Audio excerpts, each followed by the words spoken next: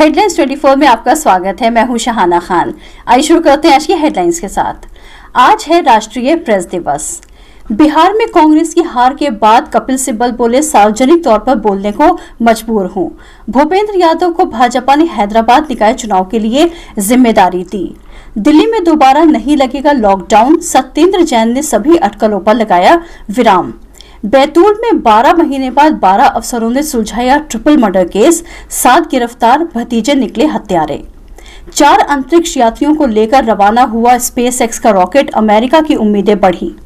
UAE ने अधिक पेशेवरों को 10 वर्षीय गोल्डन वीजा दिया और 21 साल की उम्र में बांग्लादेशी क्रिकेटर ने किया सुसाइड। 2018 अंडर 19 वर्ल्ड कप में थे शामिल। आइए अब देखते हैं खबरें विस्तार से। आज राष्ट्रीय प्रेस दिवस है। 16 नवंबर 1966 से ही भारतीय प्रेस परिषद ने विधिवत कार्य करना शुरू कर दिया था। तभी से प्रतिवर्ष 16 नवंबर को राष्ट्रीय प्रेस दिवस के रूप में मनाया जाता है। राष्ट्रीय प्रेस दिवस मनाने का मुख्य उद्देश्य देश में आम लोगों को प्रेस के बारे में जागरूक करना है और उनको प्रेस के नजदीक लाना है। पत्रकारिता का क्षेत्र आज व्यापक हो गया है। पत्रकारिता जन जन तक सूचना पहुंचाने का मुख्य साधन बन चुका है। बिहार में नीतीश कुमार के नेतृत्व वाली एनडीए सरकार का शपथ ग्रहण समारोह सोमवार को राजभवन में आयोजित हुआ। जेडीयू के अध्यक्ष नीतीश कुमार ने 7वीं बार बिहार के मुख्यमंत्री पद की शपथ ली। उन्होंने लगातार 4थी बार राज्य के सीएम पद की शपथ ली है।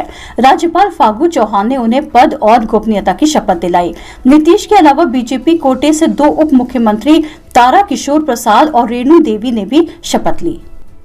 बिहार में कांग्रेस की हार के बाद पूर्व केंद्रीय मंत्री कपिल सिब्बल ने कांग्रेस नेतृत्व की आलोचना करते हुए पार्टी में अनुभवी ज्ञान रखने वाला, सांगठनिक स्तर पर अनुभवी और राजनीतिक हकीकत को समझने वाले लोगों को आगे लाने की मांग की है। पार्टी नेतृत्व पर बिना लाग लपेट की आलोचना करते हुए सिब्बल ने कहा कि आत्मचिंतन का समय खत्म हो गया है। कपिल सिब्बल ने एक अंग्रेजी अखबार में बातचीत करते हुए कहा, हमें कई स्तरों पर कई चीजें करनी हैं। संगठन के स्तर पर मीडिया में पार्टी की राय रखने वाले को लेकर उन लोगों को आगे लाना है जिन्हें जनता सुनना चाहती है। साथ ही सतर्क नेतृत्व की जरूरत है जो बेहद एहतियात के साथ अपनी बातों को जनता के सामने रखे। सिब्बल ने कहा, पार्टी को स्वीकार करना होगा कि हम कमजोर हो रहे हैं। बिहार विधानसभा चुनाव में भाजपा ने भूपेंद्र यादव को पार्टी हैदराबाद निकाय चुनाव के लिए अहम जिम्मेदारी देने का फैसला किया है। बिहार भाजपा के प्रभारी भूपेंद्र यादव ने एनडीए की जीत सुनिश्चित करने और भाजपा के बेहतरीन प्रदर्शन में अहम भूमिका निभाई है। बीजेपी ने ग्रेटर हैदराबाद नगर निकाय चुनाव के लिए कई अन्य राज्यों के नेताओं को भी जिम्मा सौंपा है। राज्यसभा सांसद भूपेंद्र यादव की अगुवाई में बिहार एनडीए में सबसे बड़ी पार्टी बनकर उभरी है। उसे 74 और जेडीयू को 73 सीटें मिली हैं। हैदराबाद चुनाव के लिए भाजपा ने कर्नाटक के स्वास्थ्य मंत्री, महाराष्ट्र के भाजपा नेता आशीष सेलार, गुजरात के नेता प्रदीप सिंह वाघेला और कर्नाटक विधानसभा के सदस्य सतीश रेड्डी को भी टीम में शामिल किया है। बिहार के वैशाली में लड़की को जिंदा जलाकर मार डालने का मामला तूल पकड़ता जा रहा है। घटना के 15 दिन बाद भी किसी भी आरोपी की गिरफ्तारी न होने से गुस्साए लोगों ने रविवार देर रात प्रदर्शन किया। हालांकि पुलिस की दखल के बाद देर रात ही लड़की का अंतिम संस्कार कर दिया गया। दरअसल वैशाली में छेड़खानी का विरोध करने पर 20 साल की एक युवती को गाँव के दबंगों ने जिंदा जला दिया था। घटना देसरी थाने के रसूलपुर हबीब की है। गांव में ही कुछ लड़कों ने छेड़खानी को लेकर विवाद के बाद लड़की पर केरोसिन डालकर जिंदा जला दिया। लड़की का पटना पीएमसीएच में इलाज चल रहा था, जहां 15 दिन बाद उसकी मौत हो गई। लड़की के घर वालों का आरोप है कि जब उन्होंने आरोपी के घर वालों से छेड़खानी की शिकायत की तो दबंग लड़के ने अपने 2 साथियों के साथ लड़की के घर पर जाकर उसे पकड़कर जिंदा जला दिया। वारदात के 15 दिन बाद देर रात कल पीड़िता की पटना पीएमसीएच में मौत हो गई। वारदात के 15 दिन गुजरने के बाद भी इस खौफनाक वारदात के सभी आरोपी फरार हैं।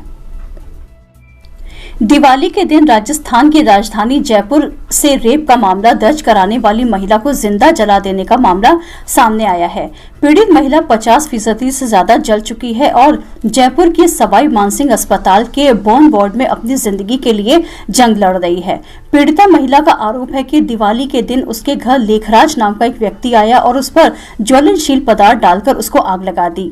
लेखराज के खिलाफ महिला पहले ही अप्रैल में लॉकडाउन के दौरान जयपुर के कोतवाली थाने में एफआईआर दर्ज करवा चुकी है।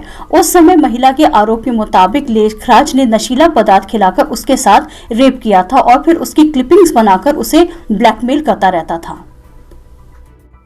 दिल्ली सरकार ने साफ कर दिया है कि राजधानी में अब दोबारा लॉकडाउन नहीं लगेगा।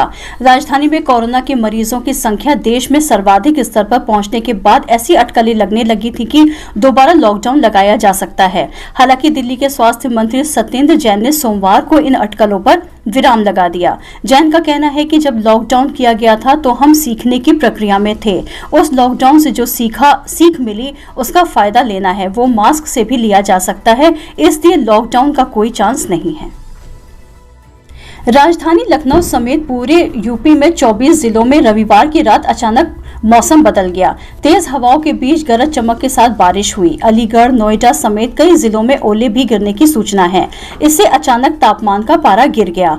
बारिश के बाद प्रदूषण भी कम हो गया है। हालांकि इस दौरान लखनऊ के कई क्षेत्रों में बिजली गुल रही। इसके चलते लोग परेशान हुए। मौसम विभाग में बिजली गिरने की संभावना भी बताई है।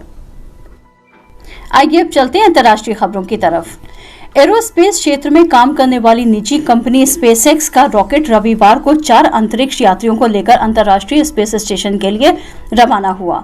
फ्लोरिडा के कैनेडी स्पेस सेंटर से स्पेसएक्स रॉकेट ने अंतरिक्ष के लिए उड़ान भरी। ये स्पेसएक्स की दूसरी मानव सहित उड़ान है। अमेरिका को उम्मीद है कि इस मिशन से सफल होने के बाद कई रूटीन मिशन किए जा सकेंगे। 3 अमेरिकी और 1 जापानी अंतरिक्ष यात्री को लेकर रॉकेट कैनेडी स्पेस सेंटर से निकला। अमेरिका के नवनिर्वाचित राष्ट्रपति जो बाइडेन ट्विटर पर इस लॉन्च की प्रशंसा करते हुए कहते हैं कि ये विज्ञान की ताकत का प्रमाण है और साबित करता है कि नवाचार, सरलता और दृढ़ संकल्प का उपयोग करके हम क्या हासिल कर सकते हैं। वहीं राष्ट्रपति डोनाल्ड ट्रंप ने इसे महान बताया है। यूएई ने कहा कि उसने और अधिक पेशेवरों को 10 साल का गोल्डन वीजा जारी करने की मंजूरी दे दी है, जिसमें पीएचडी डिग्री धारक, चिकित्सक, इंजीनियर और विश्वविद्यालयों के कुछ खास स्नातक शामिल हैं। यूएई प्रतिभाशाली लोगों को खाड़ी देश में बसाने और राष्ट्र निर्माण में उनकी मदद पाने के लिए गोल्डन वीजा जारी करती है। यूएई के उपराष्ट्रपति, प्रधानमंत्री और दुबई के शासक शेख मोहम्मद बिन राशिद अल मखतूम ने ट्वीट कर ये घोषणा की। उन्होंने ट्वीट कर कहा, हमने आज निम्न श्रेणियों के प्रवासियों के लिए 10 वर्षीय गोल्डन वीजा जारी करने के फैसले को मंजूरी दी। सभी पीएचडी डिग्री धारक, सभी चिकित्सक, कंप्यूटर इंजीनियरिंग, इलेक्ट्रॉनिक्स, प्रोग्रामिंग, बिजली और जैव प्रौद्योगिकी यूएई द्वारा मान्यता प्राप्त विश्वविद्यालयों के स्नातक जिनका ग्रेड पॉइंट एवरेज 3.8 या उससे अधिक हो। गल्फ न्यूज ने बताया कि गोल्डन न्यूज वीजा विशेष डिग्री धारकों को भी दिया जाएगा, जिसमें कृत्रिम बुद्धिमत्ता और महामारी विज्ञान जैसे क्षेत्रों के विशेषज्ञ शामिल हैं। इस निर्णय को यूएई के मंत्री परिषद की मंजूरी मिल गई है।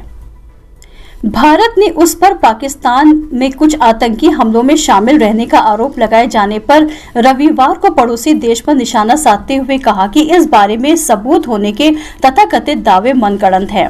विदेश मंत्रालय के प्रवक्ता अनुराग श्रीवास्तव ने कहा कि पाकिस्तान के जानबूझकर किए जा रहे इस तरह के प्रयासों पर कोई भरोसा नहीं करेगा, क्योंकि अंतर्राष्ट्रीय समुदाय उसकी चालों से वाकिफ है और इस्लामाबाद के आतंकवाद को प्रायोजित करने के सबूतों को उसके खुद की नेतृत्व ने कबूल किया है। भारत की इस तीखी प्रतिक्रिया से एक दिन पहले पाकिस्तान के विदेश मंत्री शाह महमूद कुरैशी ने सेना के प्रवक्ता मेजर जनरल बाबर इफ्तिखार के साथ एक संवाददाता सम्मेलन को संबोधित किया और इल्जाम मढ़ा कि पाकिस्तान में हुए कुछ आतंकी हमलों के पीछे भारत का हाथ है। श्रीवास्तव ने इन आरोपों पर मीडिया के सवालों का जवाब दिया और कहा कि ये भारत विरोधी दुष्प्रचार है और एक व्यर्थ कवायद है। भारत के खिलाफ सबूत होने के तथाकथित दावों को कोई प्रमाणित नहीं है और ये मनगढ़ंत है तथा काल्पनिक है। उन्होंने पाकिस्तान के इस संवाददाता सम्मेलन को पड़ोसी देश की सरकार की आंतरिक राजनीति तथा अर्थव्यवस्था संबंधी नाकामियों से ध्यान हटाने एवं जम्मू कश्मीर में नियंत्रण रेखा पर संघर्ष विराम उल्लंघन एवं घुसपैठ समेत सीमा पार से आतंकवाद को उचित ठहराने की जानबूझकर की गई कोशिश करार दिया है। बांग्लादेश के अंडर 19 क्रिकेटर मोहम्मद शोजिब का दुर्गापुर में 21 साल की उम्र में निधन हो गया। स्थानीय पुलिस ने बताया कि इस युवा खिलाड़ी ने आत्महत्या की थी। बांग्लादेश क्रिकेट बोर्ड के निदेशक खालिद महमूद ने भी मोहम्मद शोजिब की आत्महत्या पर शोक जताया है। बांग्लादेश क्रिकेट बोर्ड के निदेशक खालिद महमूद ने स्थानीय अखबार को बताया, बहुत ही दुखद खबर है, यकीन नहीं हो रहा। वे एक ओपनिंग बल्लेबाज थे और मीडियम पेसर थे। उन्होंने शिनागपुर क्रिकेट क्लब की ओर से खेला। मोहम्मद शोजिब की राजशाही में जिस एकेडमी में ट्रेनिंग हुई थी, खालिद महमूद वहां के हेड कोच थे। सत्ता पक्ष न विपक्ष, हम दिखाएंगे आपको पूरा सच। आज के लिए बस इतना ही, कल फिर मिलेंगे। ताजा तरीन खबरों को देखने के लिए चैनल को लाइक करें, सब्सक्राइब करें, शेयर करें और कमेंट्स बॉक्स में जाकर आप हमें कमेंट्स भी कर सकते हैं। देखते रहिए हेडलाइंस 24। शुभ रात्रि।